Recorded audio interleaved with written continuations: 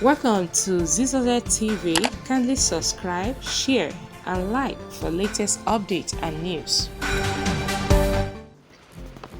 Hi guys, yes, let me give you an update. For people that have been clamoring that is Babajide Sanwo-olu going for the second term, yes, he's going.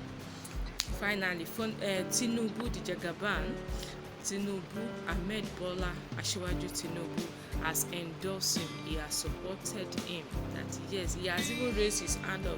Yes, he is the next governor. So he is I can say officially now that he is the candidate for APC governorship candidate post there in Lagos State. So he is the one that is being endorsed by the power to be.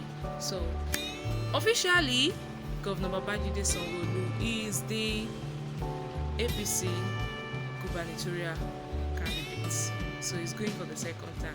When you see 4, they will say 4 plus 4. You understand? So he's going again. Congratulations to him. We wish him all the best.